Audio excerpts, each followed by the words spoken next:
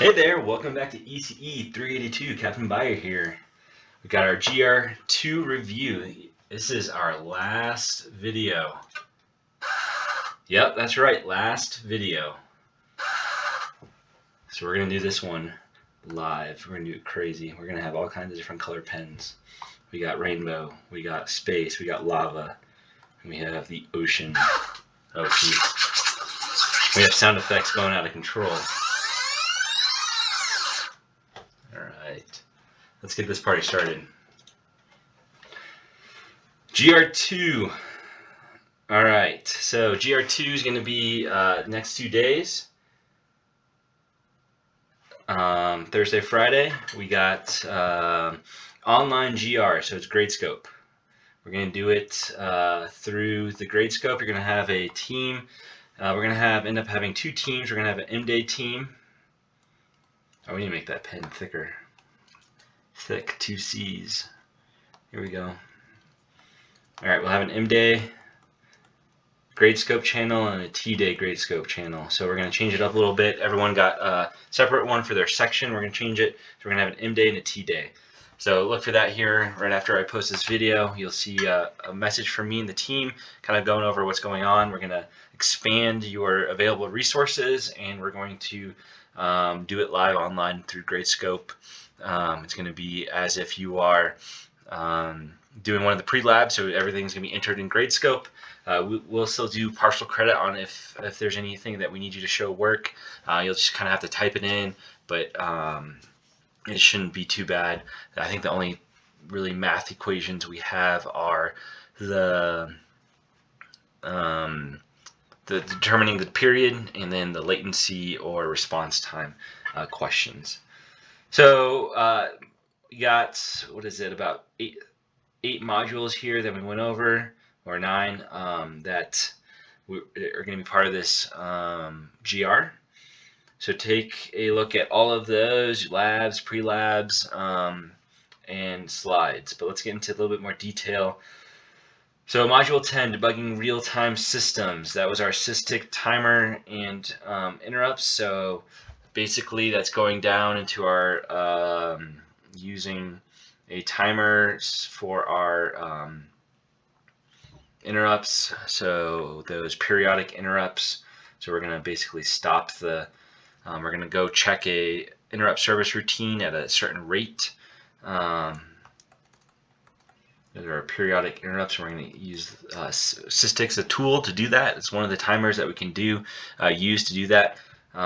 It counts down from a certain number, goes to 0, and once it hits 0, it sets a flag, and then something happens once that flag is set. So go back, look at that, and then again, a lot of what we're going to be looking at is determining the frequency of those interrupts. Alright, liquid crystal display. So specifically here, you don't really need to know a whole lot about how the LCD works. You don't need to think about any of the writing characters, but what you do need to know about is that serial communication, the SPI, which is that serial interface that has a shared clock. So it's synchronous. So know what that means, look at the slides, be able to determine if it's synchronous or asynchronous. So remember, SPI is synchronous, UART, and we'll see that in Module 18, but UART, which is the U, and UART is well, not the U, sorry, the A. So the U is universal, A is asynchronous.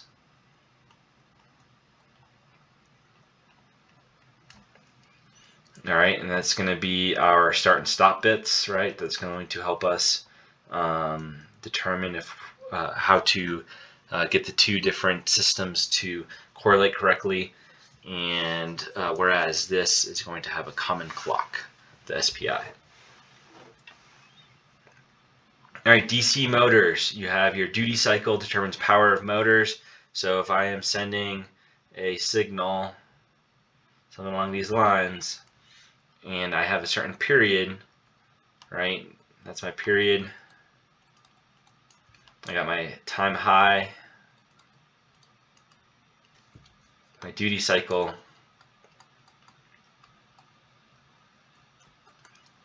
is going to be a ratio of that.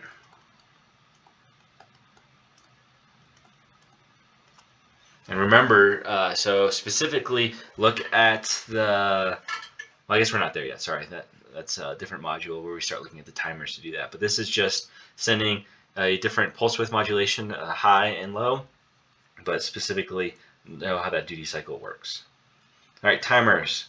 So initialize timers, be able to just kind of know where in your data sheets. So I will provide a condensed data sheet guide again, like we did for GR1. Know where you need to look to initialize those timers. Know what the different modes are, up, down, continuous up. Know what that means. The frequency of interrupts, so that's our period. Remember that all is dependent on our clock dividers. And SMCLK, remember the SMCLK, 1/4 of your set clock, or for us, typically 1/4 of 48 megahertz or 12 megahertz. But just remember, it's 1/4. Timer A1 calls an interrupt service routine. Same idea as SysTick. Once it gets to a certain point, it's going to call that service routine. We're going to have to clear that flag within our our callback.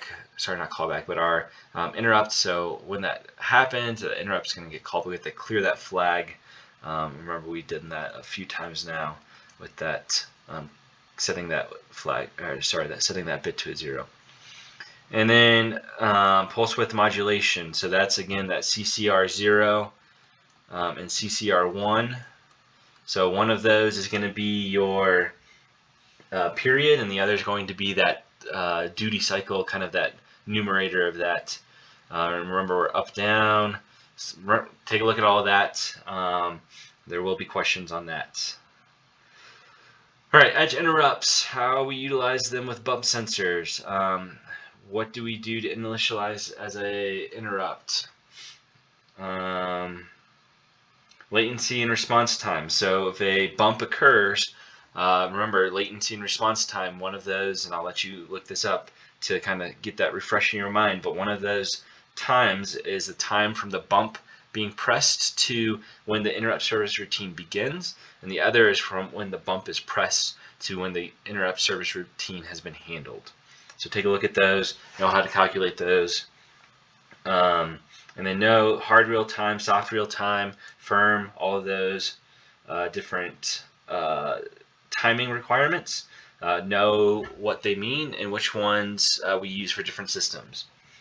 And then priority, the higher priority interrupts will not be interrupted by lower priority, and the lower the number, the higher the priority. And remember, we do so we're going to go through main, and an interrupt occurs, we're going to stop the main, we're going to handle the ISR, and then we're going to go back, and that's called concurrent programming. So we're not doing anything that is multi-threaded, we're not using multiple systems, so just know what each of these different types of threading means and how to use them. Data acquisition systems, that's our IR sensors. Know how analog to digital conversion works, that's what we did through this lab. Know all the different components, so your filters, your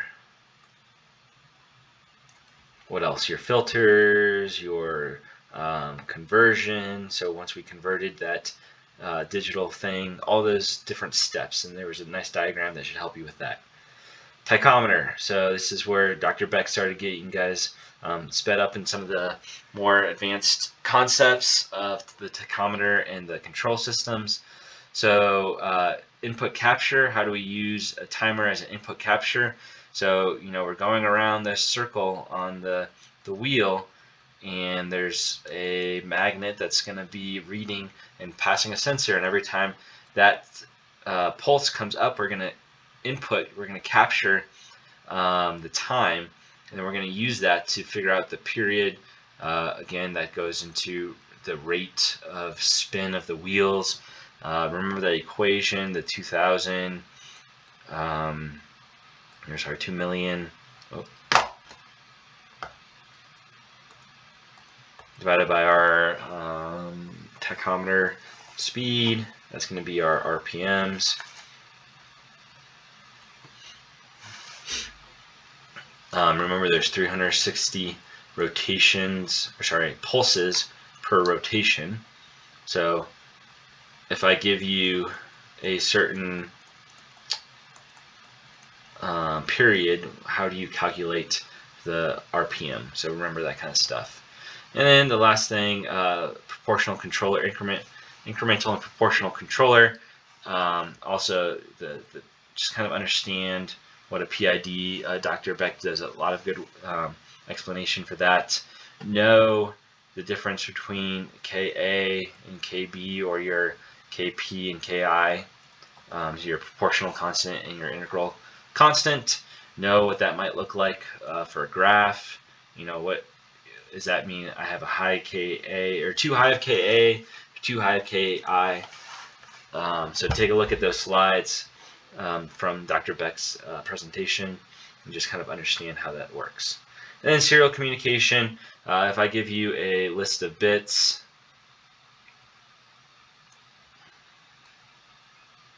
and let's bring in some other pens now.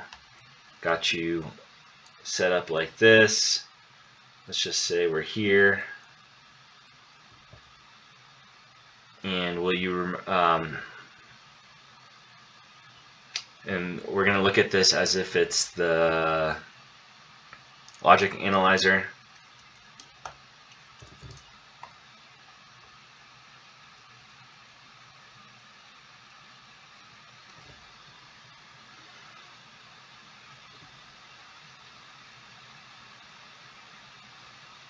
And if I have a start bit of a 0 and a stop bit of a 1,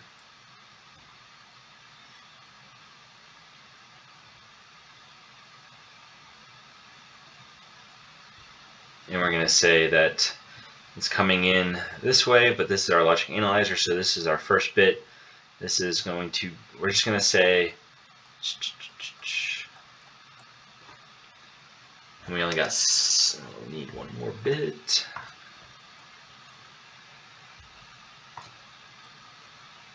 We need our 8 bits to come through there.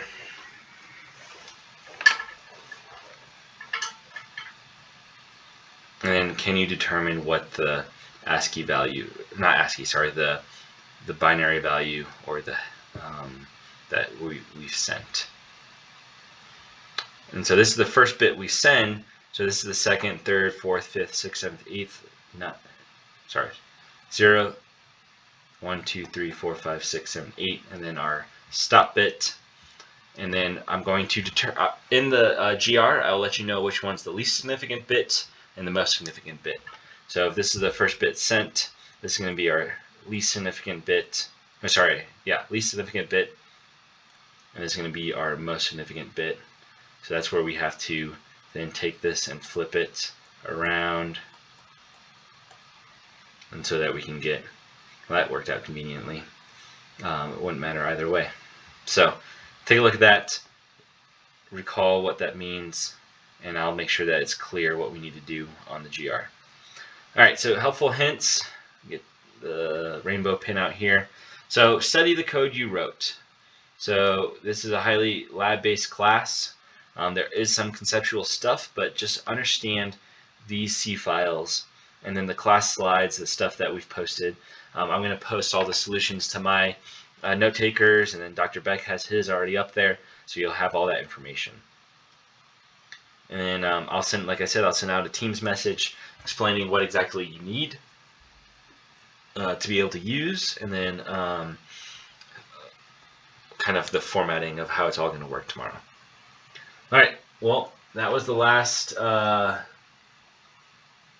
video, so hopefully you've enjoyed the class. We're going to definitely be sending out some feedback questions here in the next couple of weeks through Teams. Next class after the GR, we'll be working on the project, starting working on the project. So hopefully we'll have some hints for you guys there, and then we'll kind of get done with the course. All right. See you guys.